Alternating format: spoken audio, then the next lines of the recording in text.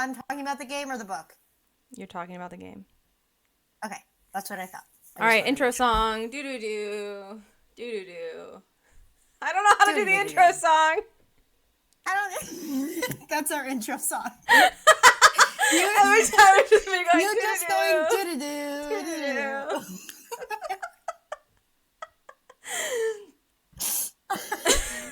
That'll be my first thing that I do when I edit this, is I'm going to edit out you singing that, and I'm going to make that the intro. The problem is... Off to a great start. Is that, like, you edit the video highlights, right? Like, I don't do any editing. Whatever's in the podcast is in the podcast. Right. So, like, the video is going to be hilarious.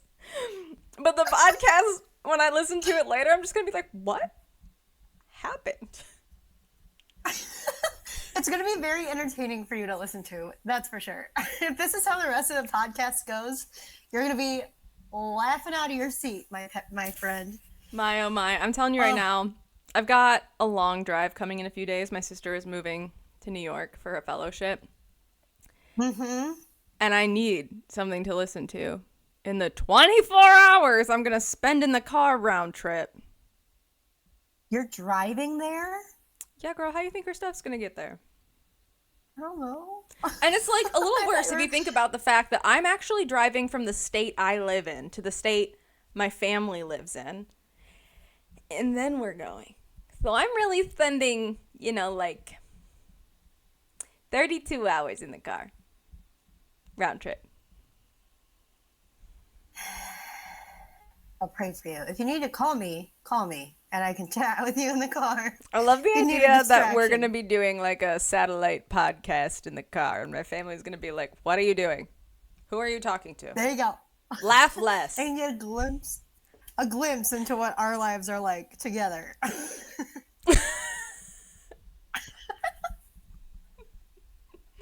On your birthday, I almost posted the pictures from my bridal shower of us laughing and spinning in circles. I almost posted those today for your birthday. I ultimately didn't do them because all of our friends didn't get to go to my bridal shower, and I didn't want them to be like... I didn't do it. I know! It's my birthday. I might just post them anyway. What's anyone gonna do? Right. Right. Oh, those are cute pictures. Oh, those are so fun. They're adorable. All right. Awesome. Enough goofing around. This is book club. We're serious. Book club. Welcome to Not For You. Today we are fancy people. You can come to our book club. Except for you can't. It's not for you. Get out. Anyway, we're reading the books that go along with Nancy Drew games. It's gonna be good. What now? We're doing the third one today. We've already done the second one, but the audio file got lost. And I'm gonna be honest with you, that was like 7 months ago. I don't remember what happened in that book. True. Or in that game. And I am not playing that game again. Oh, ever. No. That's the one where you get strangled by Dwayne Powers, right? Mm-hmm. Yeah, I'm not doing it. Yeah, there's an Easter egg to Dwayne Powers in this game. Oh my goodness. Did you? Okay, me too. I saw that. Great. I was baffled. I didn't even realize that it was the game before. I just was like, oh, Dwayne Powers. That guy sucks. And then moved on. But yeah, you're right. That is the game before. Oh my goodness, that's in the book version of that game. Okay, this is 1.5 book clubs. Here's what I need us to remember. Excuse me, I had a burp. I was really trying to knock it in the microphone. Because I don't edit this, you know? In the book of that game, Bess for real falls in love with Dwayne Powers and then almost gets murdered like 9 times by flipping Dwayne Powers. Right? And that's so wild. This is how much of the book I don't remember, because I didn't even, that didn't even cross my mind, not at all. And additionally, I'm going to put out here right now. They go on dates, and Nancy's, stalking them on their dates, because she's like, Dwayne Powers. Well, and Bess, climbs in and out of windows. Yes! She's like sneaking out like a teenager, sneaking out of their parents' house, trying to see their boyfriend. When Nancy's like, just go through the front door. Truly.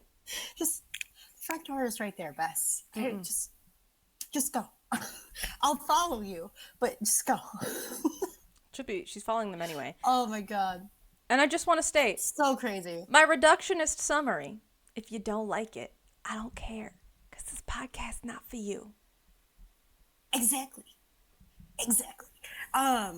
If you're new to this podcast, if you haven't heeded our warnings and you're still here for some reason, what we're doing, in case you want to know, is we are not only reading through all of the Nancy Drew books that coincide with the games, but we're also playing the games that the books, or that are based off of the books. So then we'll discuss them and express our opinions. But if that's not your cup of tea, Callie warned you. Get out. Ye be warned. Get out. You're so not invited. So not invited. This is a A-B conversation. See yourself out. Your way. I remembered midway through that explanation that our next one is Treasure in a Royal Tower. I don't want to talk about it. And we're going to have to talk to Hotchkiss. Like, you're later going to watch back this video and see me just cradle my head for a minute, because that's the moment I remembered her 40 chicken wings. She wanted couscous in Wisconsin. What? I didn't even know what that was when I was at the age of playing that game for the first time. I was like 10 and I was like, what is quas? How do you... I was like, what does she want? I'm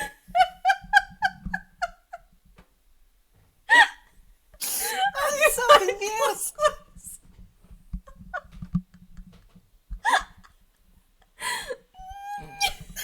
And then she asked for 40 chicken wings, and I was like, what's happening?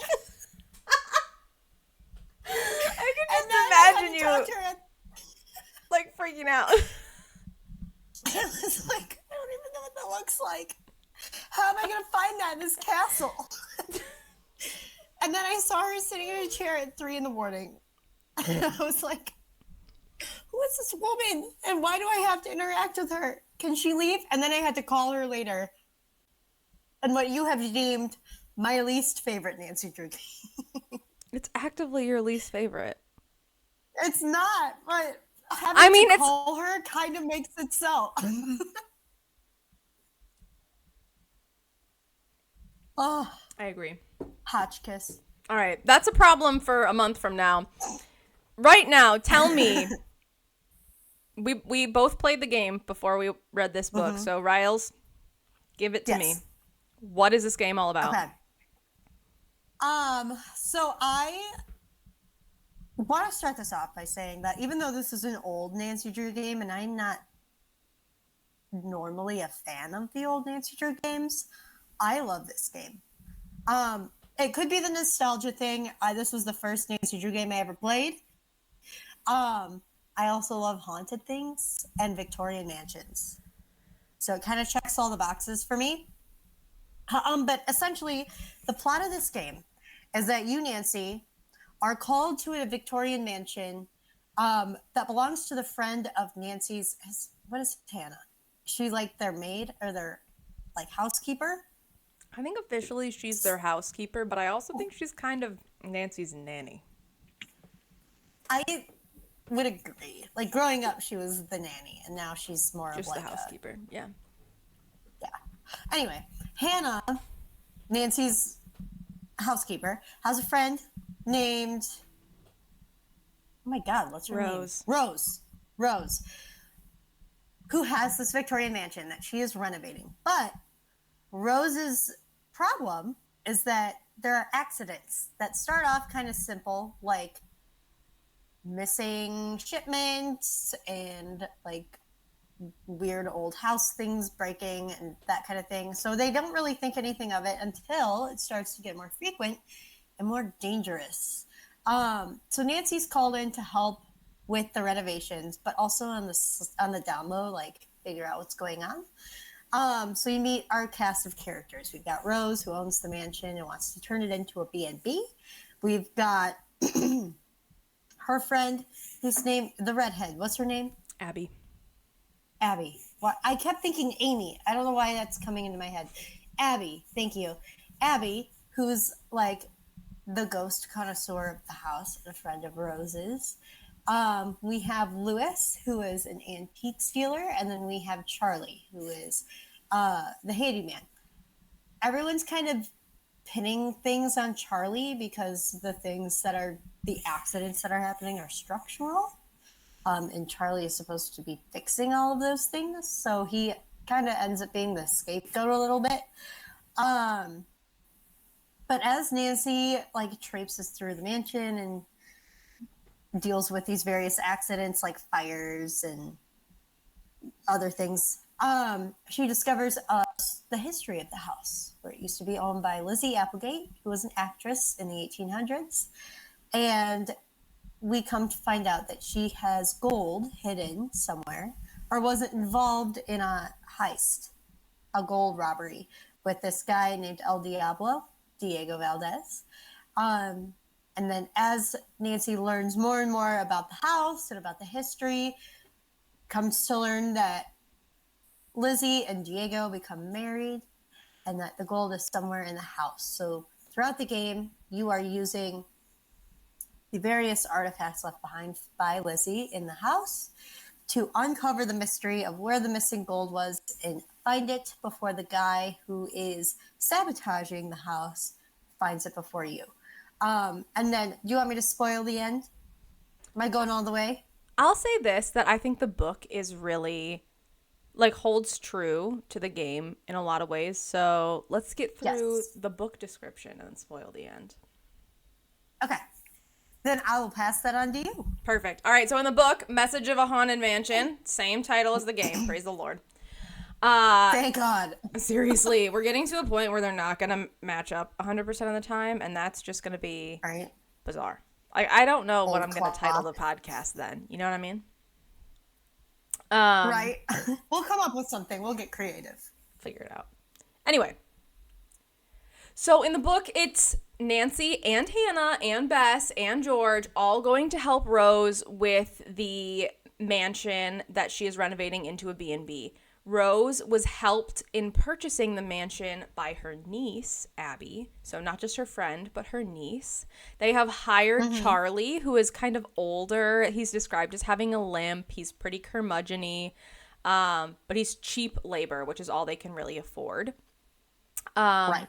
And then they said that this antiquities dealer, Lewis Chandler, just showed up one day, has been offering his services completely free just because he's a quote-unquote, like, expert in the Victorian period. Like, he has his own antiquities shop, but he's helping around the house and helping with acquisition of furniture and materials and different things completely free. Sketchy. So the girls and Hannah are there to help. Yeah. The girls and Hannah are there to help. They know that there's been accidents in the house. And I mean, immediately upon entering the house, Bess leans out the window and the window almost falls and crushes her because the ropes that were suspending the bottom part of the window had been cut. Bess washes up. She turns the faucet off. They go out for dinner. They make a new friend. It's lovely. When they come back, the bathroom has flooded and the brand new wallpaper that Abby had just hung is now falling off the walls and is permanently damaged.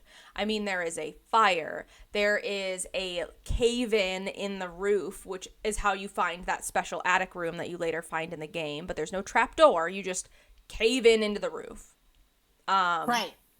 Like, and it's always against the instruction of Charlie that these things happen, but Charlie always gets blamed because he was the last one at the house or this or that.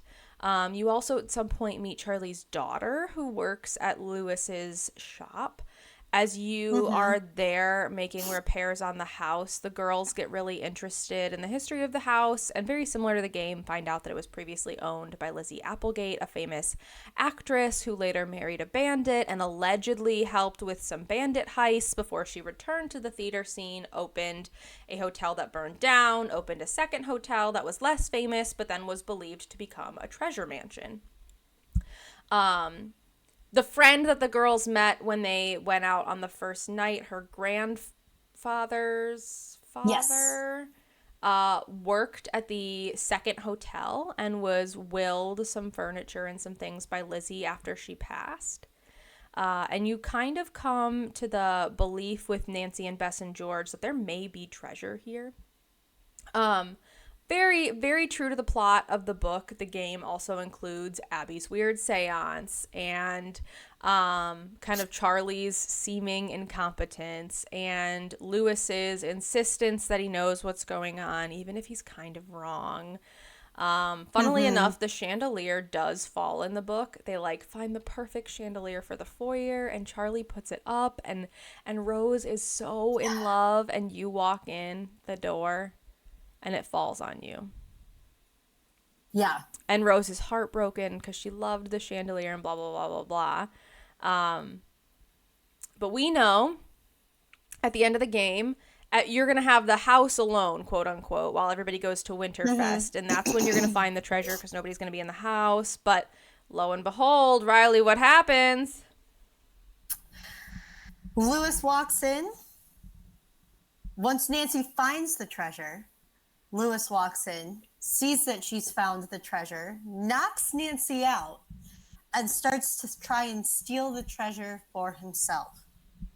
So then Nancy wakes up and sees this and gets the whole spiel how he, in the book, he knew this was a treasure house to begin with. He was using this opportunity to work as this antique stealer to learn about the house and get close to the house and figure out where the treasure was, but Nancy found it for him. And so Nancy, to stop him from getting away in the game, goes up the stairs, unties a rope that is hanging the chandelier. So in the game, the chandelier hasn't broken yet. Unties the rope that is keeping the chandelier from falling, and then lets it go so that it falls right on top of Lewis and stops him from getting away. Game was very different. Or the book was very different. Yeah, so in the ending of the book, everybody's going to Winterfest. The girls are helping work a booth. They're in these beautiful historical costumes. Everything is wonderful.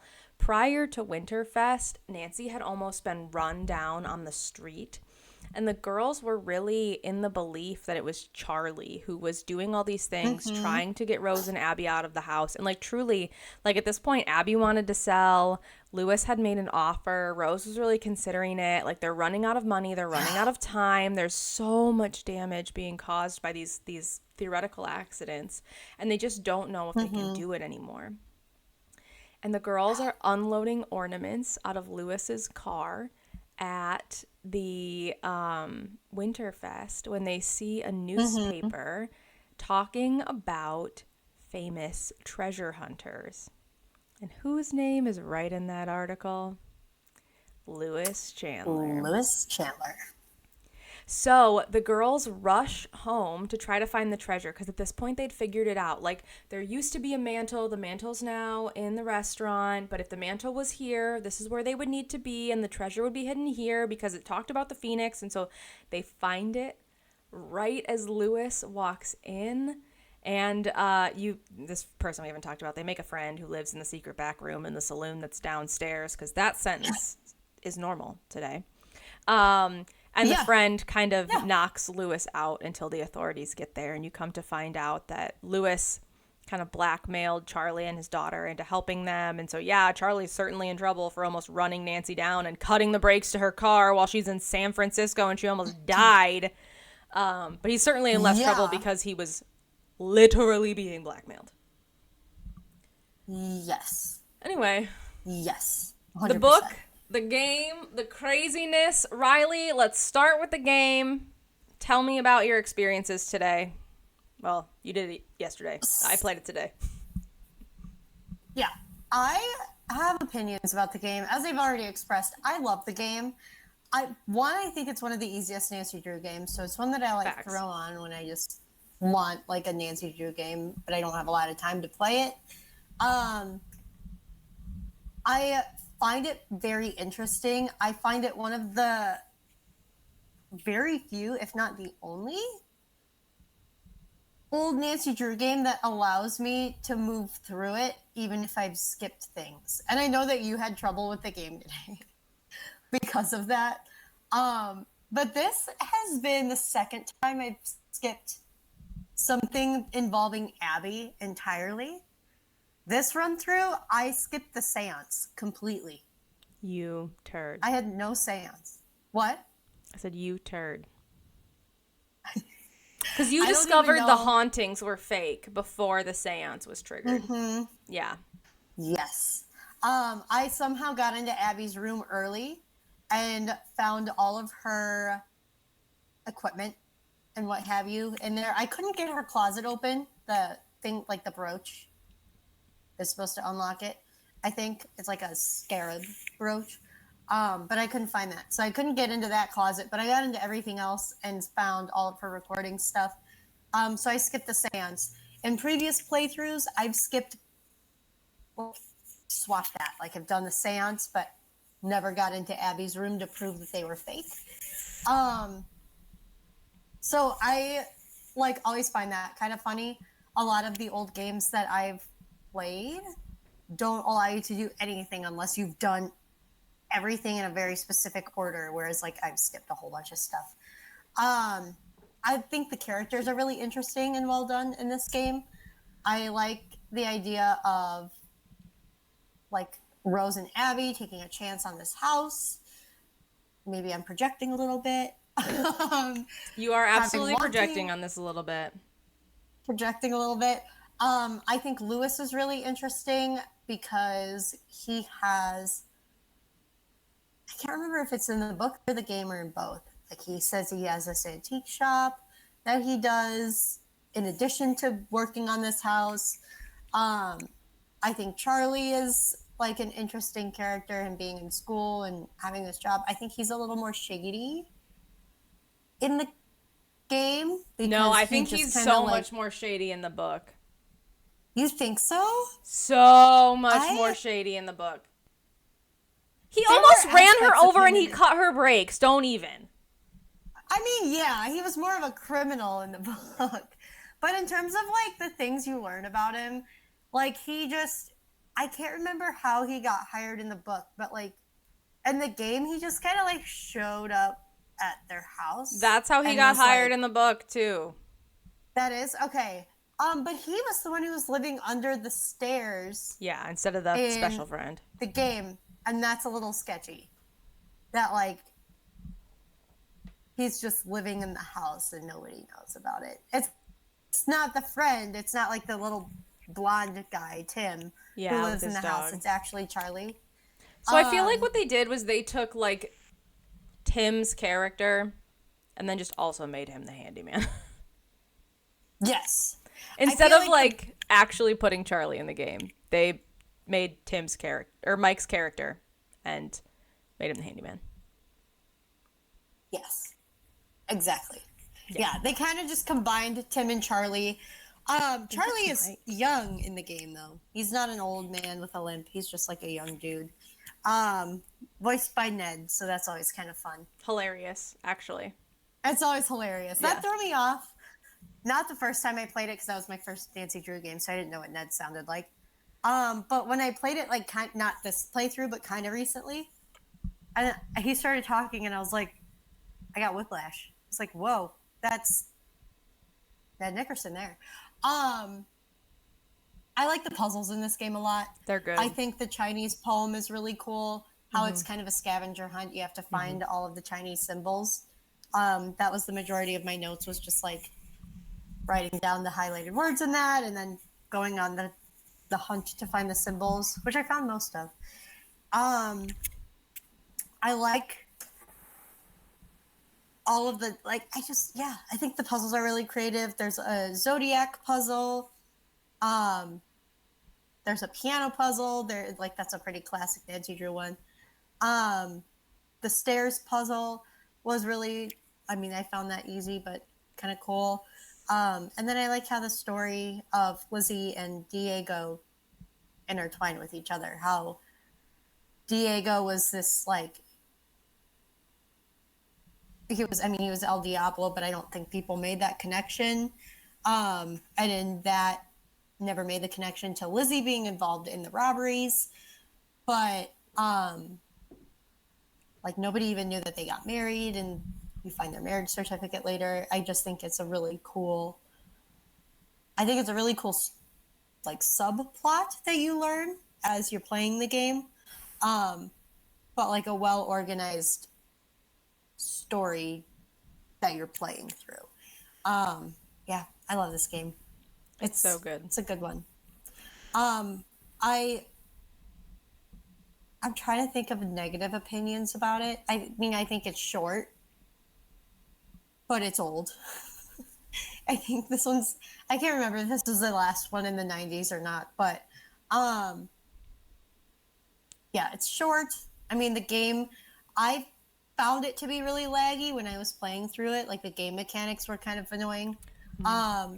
You had to, like, if you opened up a locked door with a key, you had to unlock that door every time you opened it. Well, anything you opened, you physically had to close. Yes. Oh my God. Mm-hmm. Even books. That was so annoying. I spent so much time looking for the back arrow when I had a book open, and I was like, where is it? And then I realized I had to close the book. I couldn't figure out how to get away from the eyes in the portrait because I didn't realize that there was, like, a slide you had to close before you closed mm-hmm. the bricks and before you could walk away. Oh my God. I will say that I disagree. I don't think this is a game where you can skip things, and here's why. Like, I got into Abby's room before I mm-hmm. saw all her sound equipment. I could not get into her thing, and I still had to do the seance. I had done every puzzle. I had gotten everything. I had gotten into the secret back room where you could spy on Lewis, and he mm-hmm. didn't show up. Like, I sat at the game for 10 minutes waiting for him to show up to do the briefcase thing, and he never showed up. Really? So I was just missing the one symbol. Wow. Like, first of all, I did all 3 chores that Rose was going to ask me to do. They were the first things I did in the game. Like, dumbwaiter was fixed in 15 minutes. Mm-hmm. I had, like, gotten the piano puzzle. I had done everything. I didn't even, like, go and put the, like, paper back over the piano notes where it says find Diego on the stairs. I already found Diego on the stairs and had gotten all the things. But what I hadn't done was I hadn't talked to Charlie after the seance because he wasn't down there when I went to go talk to him. So I hadn't asked his opinion of Lewis yet. And that's why it didn't trigger Lewis doing the briefcase thing. So I kept going to talk to Rose, being like, wow, tell me about the Winter Festival. Tell me that everyone's leaving. Tell me you've taken the tapestry. I had literally done everything for 15 minutes. I'm, like, clicking furiously around my game, trying to figure out, like, what did I miss? Like, what didn't I do? Like, I sat at those eyes for 10 minutes. If the game wanted me to see something, it would have triggered it. It didn't, because I hadn't asked Charlie about Lewis yet. It was so annoying because in the briefcase, you, like, find those words that mean, like, gold treasure mansion, and you have to ask everybody what you think that means. And, like, I was so annoyed. Like, except for the character for gold, which you find in which you find from the note from Emily after you look in Diego's briefcase, like, I had found all the other symbols. Like, I could have just processed of elimination gold. Like, it didn't matter. Yeah. Like, it didn't matter. But I had to go like, talk to Charlie. I had like 30 prompts to talk to Charlie, and it was less than 30, but it felt like 30. And then I had to go back. I had to sleep again, go back so that Lewis would be gone, and then wait for him at the eyes, which again, it took like 5 minutes for him to show up.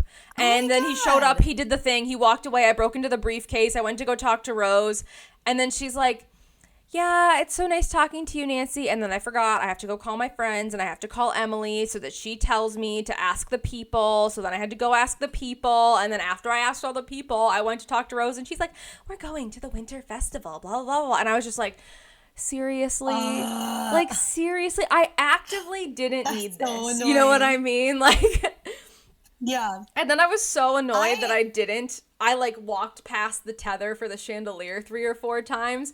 And, like, on the 3rd time, I was like, I walked into my fiancé and I was like, I can't win the game. I don't care. I know the ending when it's right. I know. This is stupid. I'm not doing it. And he goes, come on, like, give it one more try. And I'm like, no. And so he was holding Milo, which is my younger cat. And he goes, Milo, go help mom go win the game. So me and Milo trot back over to the computer, and Milo like sits by the table, and I was like, Milo, this is stupid. And then I win it that time. I love it. You just needed your emotional support cat. That one's not my emotional support cat. That one's my emotional chaos cat. Your emotional chaos cat. Yeah, we need the chaos cat for Nancy Drew. Holy cats. Oh my god. So I actually don't think you can skip something in that game. Like, I think you just got lucky that the game forgot to show you Abby's dumb shenanigans. Well, my game was like always a little weird.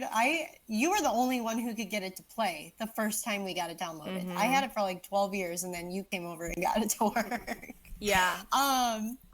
So maybe there's something like weird with it, but I've skipped stuff in that game before. The Lewis thing where you have to spy on him, I didn't think that was going to work when I did it, because I went into the room outside of his hours that he's you have to. They won't let you in when he's there, and there's no like Brenda Carlton tip hotline that makes him run out of the room quick, you know? Yeah, you're right. I couldn't remember how I got him out of here. You just have to go outside of his hours. Yeah. But I opened up the eye slots and he was already in the room, which was weird.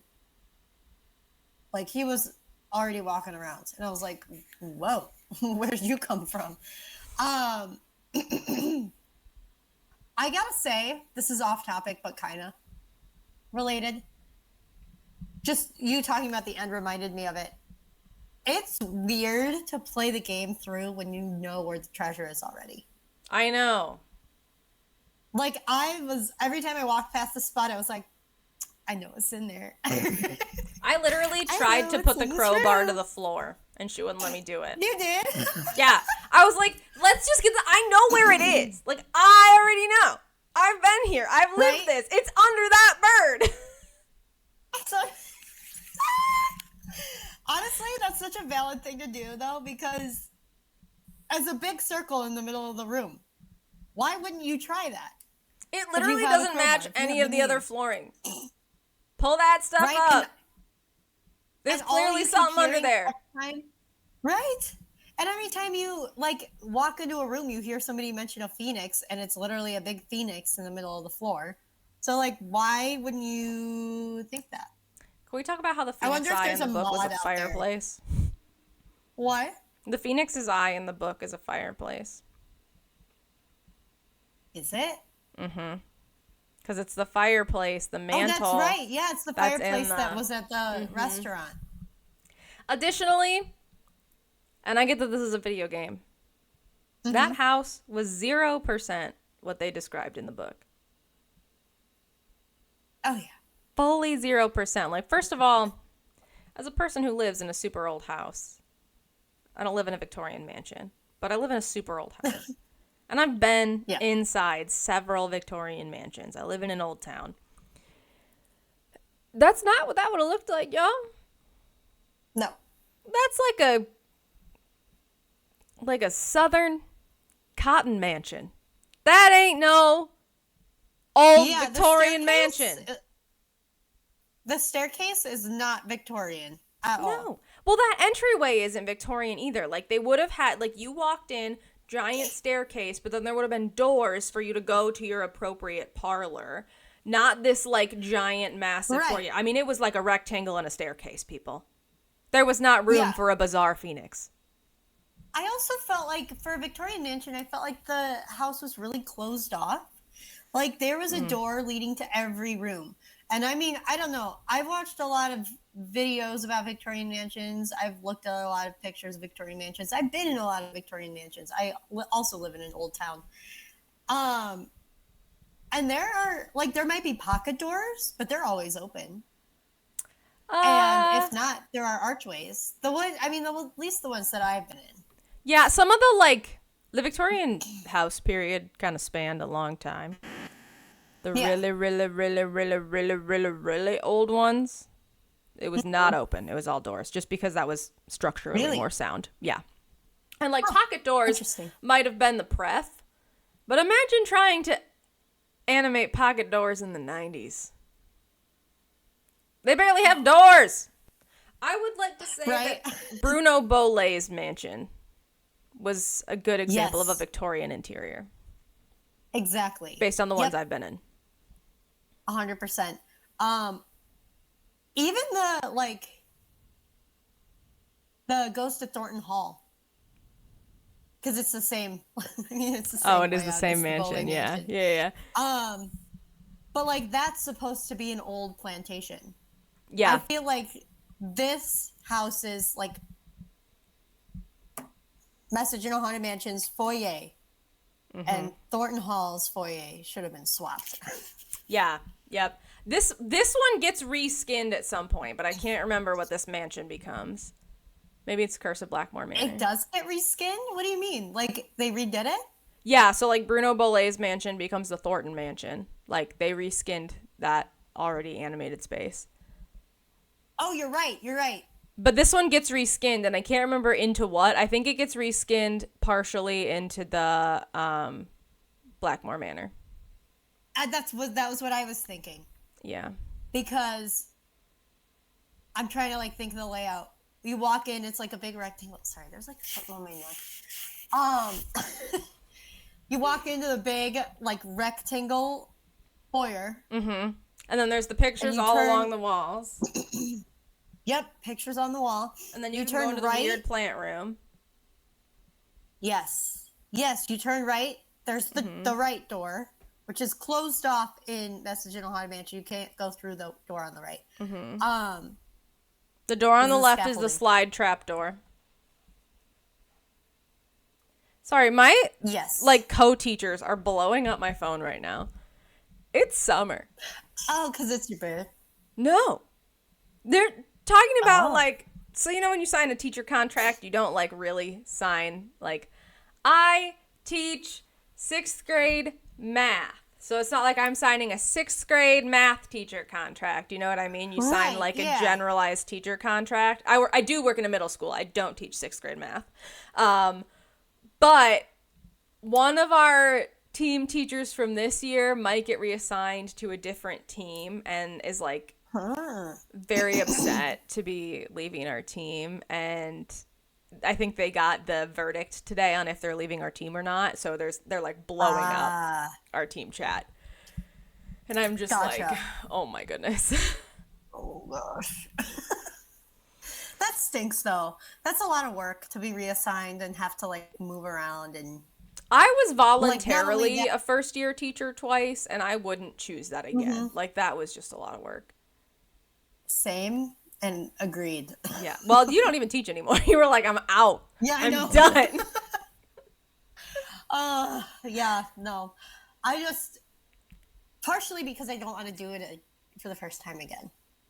I maintain if ever you could be a middle school art teacher, you should be a middle school art teacher. Yeah. I applied for a job like that once. I didn't get it, but. Well, in my constant attempts to get you to move back to where I live, if ever the middle school art teacher at my middle school leaves, you're getting a phone call about it. Okay. Sounds good. What was I saying? I don't know. Tell me We were about talking about the layout of the house. tell me about your surprises from the book, though. Give me your book feelings. Oh my god. Give me your Okay, feelings. my surprises from the book.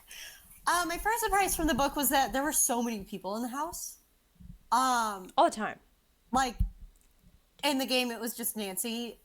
This time in the book, she brings along 3 friends. Hannah being one of them. I ran out of tea. Also, she makes a lot more friends in the book than she did in the game. Tim being one of them. Tim also being another one of my surprises. I think his name was Mike, dude. Was it? I gotta see. I really, really, really, really, really, really, really, really, really, really believe his name was Mike.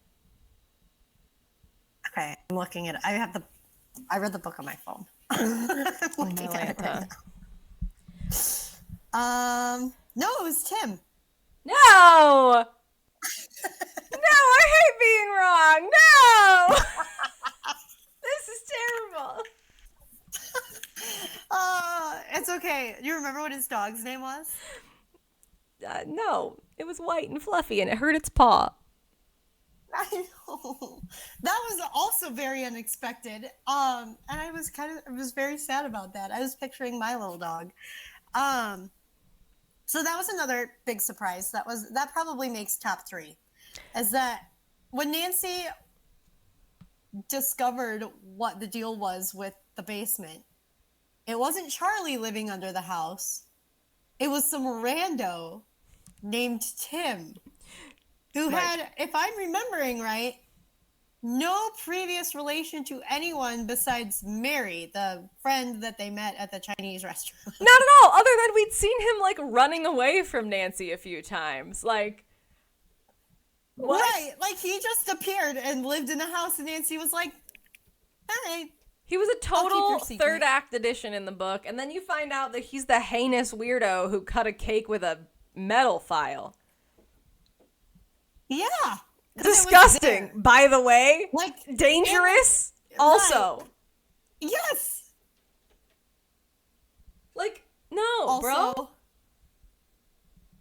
Yeah, no. That guy was weird as hell. But I loved him.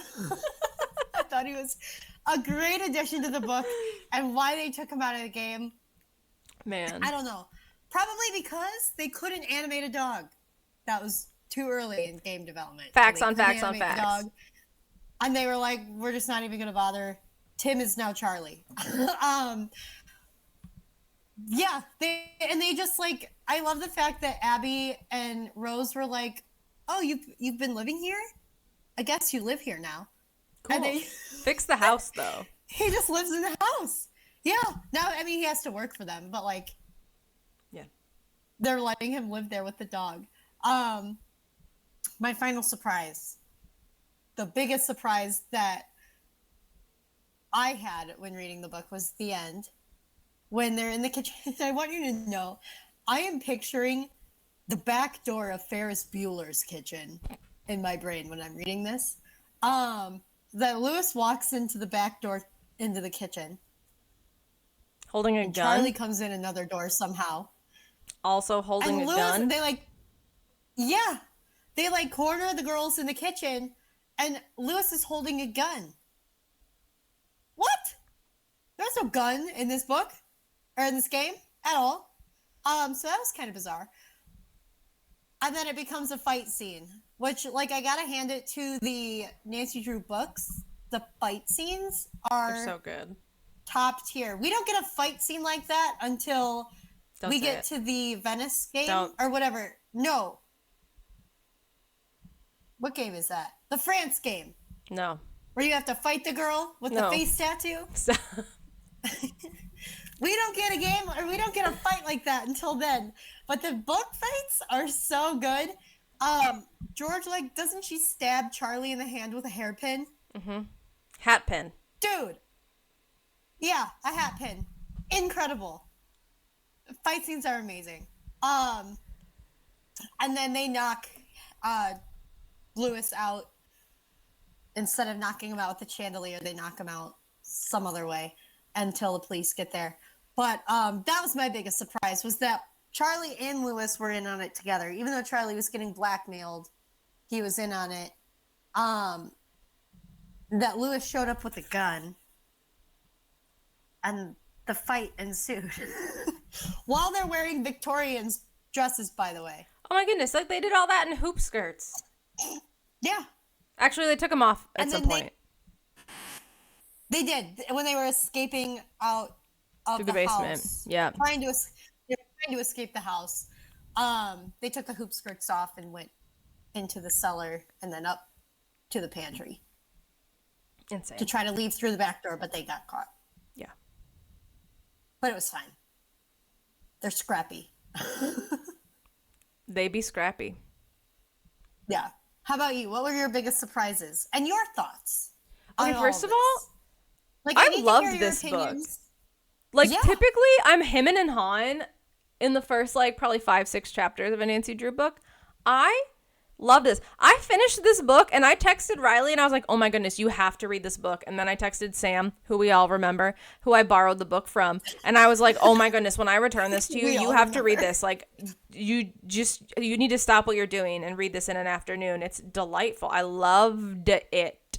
I loved the, like, interest that the girls took in, like, the history of the house, and not even in the, like, silly, flitty, a movie star, oh, it's so romantic, what's the romance situation, but just their desire to understand what made this place special just really hit me where I live as a person who lives in an old house and remembers, like, going over my house abstract, like, wanting to know who the first people who built this place were and who the people who loved this place were along the way. Like, that really hit me where I live. And I loved those scenes of them, like, going to the library and going through public record and trying to find out not only the history of the house, but the history of, like, the person who loved the house. Like, really meant something to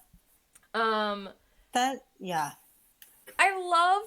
I loved all the little bits about the winter festival, and they found some of Lizzie's old dresses, and they were going to wear Lizzie's dresses to the festival. And I, like, do lament a little bit that we didn't get to see that in the game, because I think that would have just been so charming and lovely.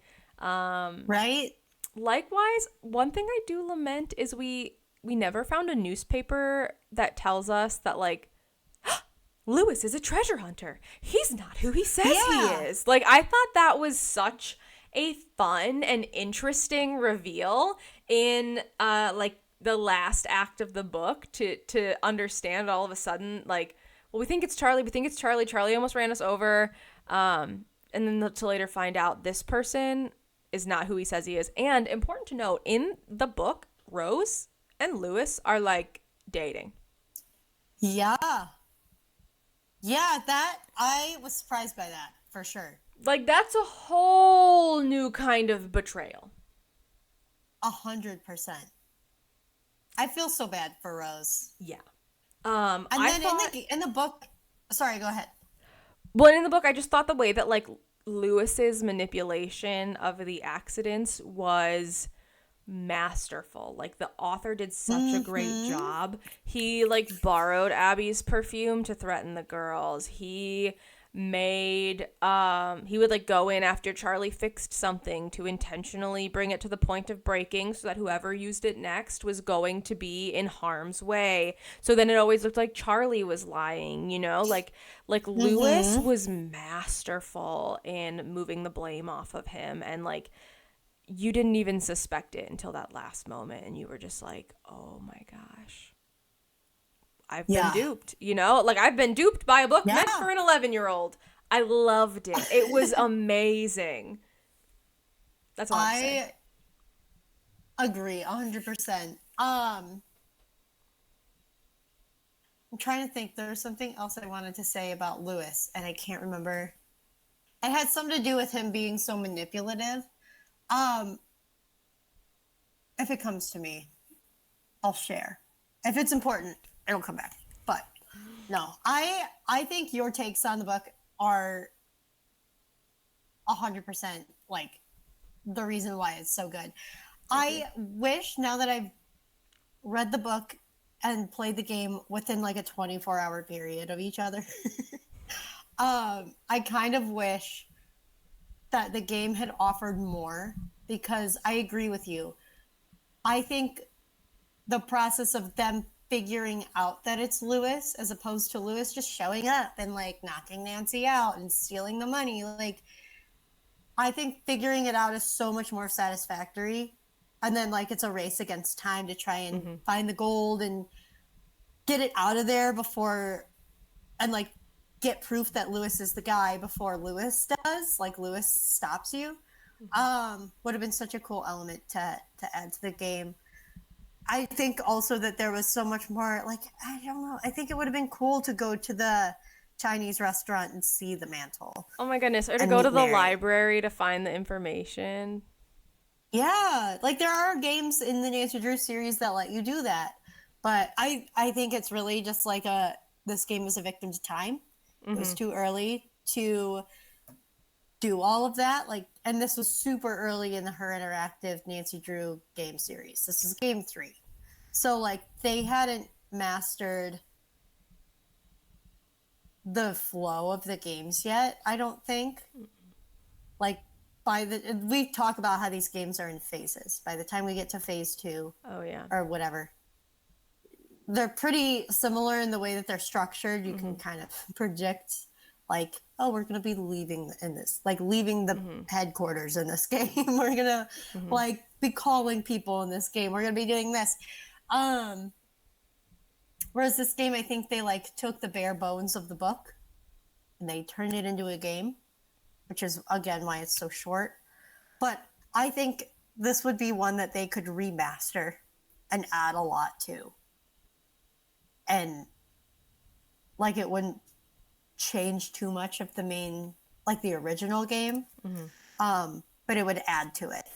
To be clear, like if they ever were to, Dear Her Interactive, this segment is for you. If they were ever to remaster this game, like I would want them to like fully redo the graphics and like add to the story. So like I don't think they have to create all new puzzles. They can leave the puzzles that are there, but like give us the library, give us the winter festival, give us that like last minute, like give us those extra characters, give us the Chinese restaurant, bring in the mantle and not the random floor. But like don't do what you did with Secrets Can Kill Remastered, where you like didn't really change anything. No. It was just a graphics update. Yeah. For that. There was a lot more game to Secrets Can Kill. I don't know what the deal is with Message in a Haunted Mansion. I beat this game in like an hour and a half. I actually have a hypothesis about that. Really? It's conspiracy theories with Callie. Okay. I'm ready. Let's add it to the list of Nancy Drew conspiracy. So they used to release twice a year. And I think the games fall into a pretty easy pattern of short game, long game. Right? So oh, you think? Secrets Can Kill, you can beat that in 2 hours if you really get after it. You know what I mean? Yeah. And if you've played it a million times. Final scene though, that sucker takes forever. That sucker is a long game, and if you miss one minuscule thing, you might lose a friendship over it. Not speaking in personal experience at all. No, not at all. But this game is a short game, and Treasure in a Royal Tower takes long as hell. Years. So I think what they were doing is they were working on 2 games at the same time so they could release kind of regularly. But they knew that whatever game they were releasing first needed to be shorter so they could get it out the door and then like reallocate that staff to help finishing the long game. Right. I mean, also like budgetary purposes. Yep. Can't have 2 full staffs working on both games. Like that just doesn't work. Right. And it costs a lot of money to work in software. And it's not like they're Sony. They're like a small little game development company. that do a fantastic job with their mystery games, but Yeah. they don't have the software or the funding or the staff to come out with like multiple regular games in a year. They really don't. But yeah. But that being said, with the amount of time we were given in this game, they really nailed it. Like, this is my favorite of the old games era. I just had fun with it. There's not really a time in this game where I am like so frustrated that I'm about to rage quit, which I think is why it's my favorite, because I never get to that point with it. And there really isn't a puzzle that I absolutely hate. Like, the slider there puzzle? isn't a fox and not even that. Girl, like, I cheated on that one. I did not do that puzzle. I got that one pretty quick. But to me, there's no fox and geese game. Yeah. In this one. I'm really losing the light over here. Maybe that's why it's my favorite. No. Sorry, I'm really losing the light over here. So one day you're going to watch this video and you're going to see me like fiddle around with my phone, turn the flashlight on, try to bring some kind of light back to my face. And then you're going to be like, what the heck? That's hilarious. I love watching it back and like doing a blind rewatch of this and just because you can't see what me goes on the other screen. No. Oh, it's all kinds of shenanigans on my end. There were no cat interruptions this time. You're right. There weren't. I mean, we're not done filming yet, so. No, they're downstairs. So my fiance's not in the house right now. And we're getting ready to leave. So Tigger is in full meltdown mode, which means he cannot be left alone. And Cry is in his chaos hours, which means he cannot be left alone. So since I'm in here with you and not like able to supervise them, they had to go to their boy cave while Ryan is like packing up his apartment. Yeah. Yeah. So that's well. I mean, that makes it easier for you.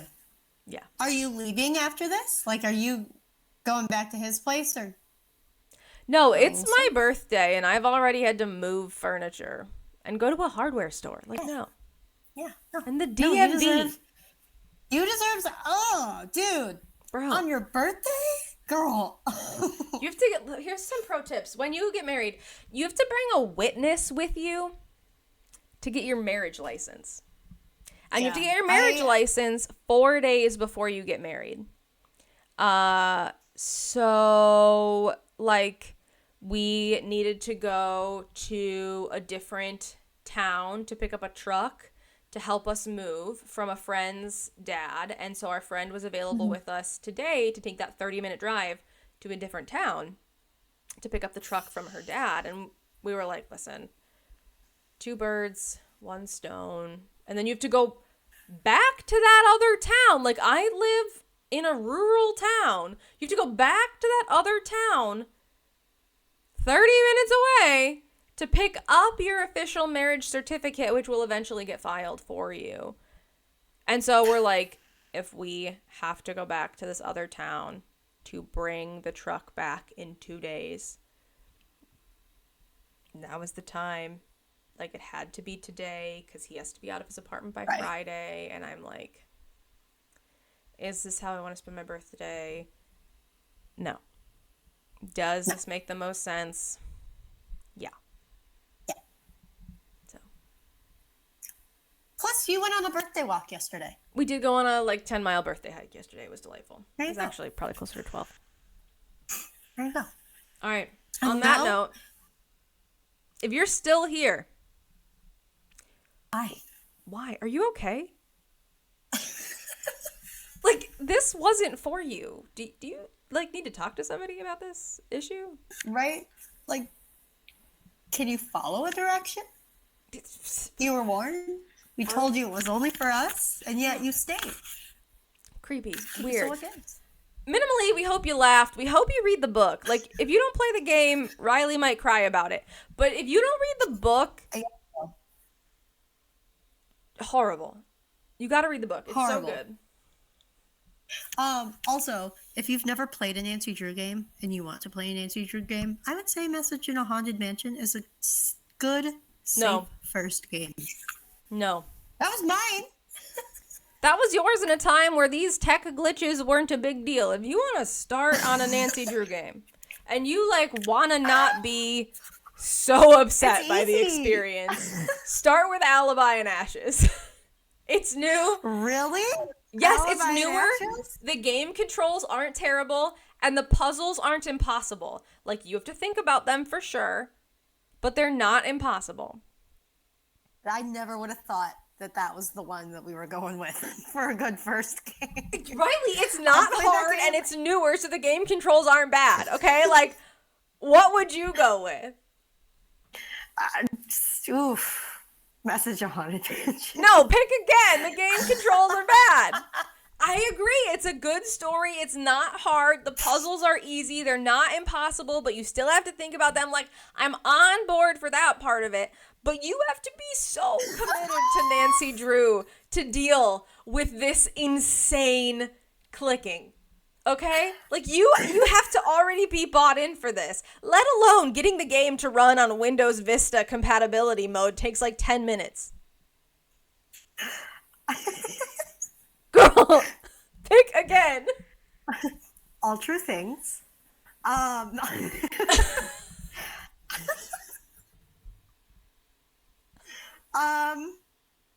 mean, I might be a little biased, but Thornton Hall is really good. The puzzles are impossible. No, I changed my answer. Blue Moon Canyon. You know what? I've got that game pert near memorized, so I'll accept Blue Moon Canyon, but I will say... It's a good game. If you aren't super interested in haunted dolls, probably shouldn't start with Blue Moon Canyon. Or skeletons. Oh, yeah. There's a literal dead person in the game. Or people whose voices sound kind of like this. If this is not the auditory experience you want, don't start with Blue Moon Canyon. But Frank and Joe Hardy are there. But it's not the cutest iteration of Frank and Joe. I know, but like, they still make it more fun. One might not fall in love with them if that's their first viewing of them. Those people would be wrong. Them. But it is them. Yeah. You get to play as them. So that's something. For like 2 minutes you get to play as hamburgers. And you get to go talk to the taffy girl. Fatima.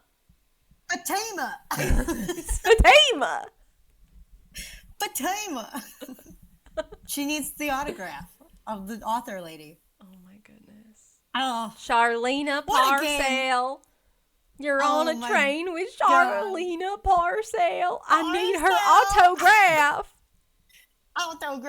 Someone tell me how my Fatima impression is. Give me a rating. Well, actually, don't. You're not supposed to be listening. Go away. Oh. All right. No, she's talking to y'all, not me. I'm supposed to be listening. Riley, give me a rating. How's my Fatima? 10 out of 10. Oh, girl. Thank you. You're welcome. All right. See y'all never. Bye. Bye.